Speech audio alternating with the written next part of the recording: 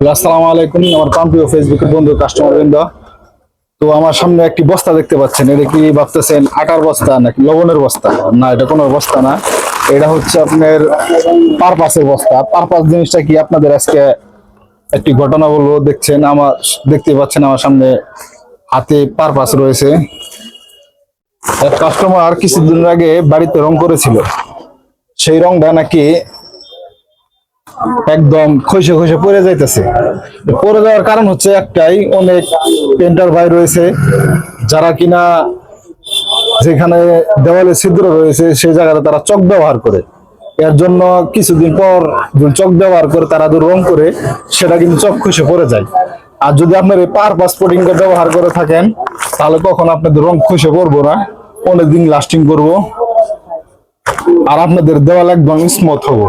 তাই আমি আপনাদেরকে সাজেস্ট করব, কখনো দেওয়ালে চক ব্যবহার, তেমন একটা চক ব্যবহার করবেন না, সবসময় পারপাস ব্যবহার করার চেষ্টা করবেন, তাহলে আপনাদের দেওয়াল অনেক টিকসই হবে ও শক্তিশালী হবে।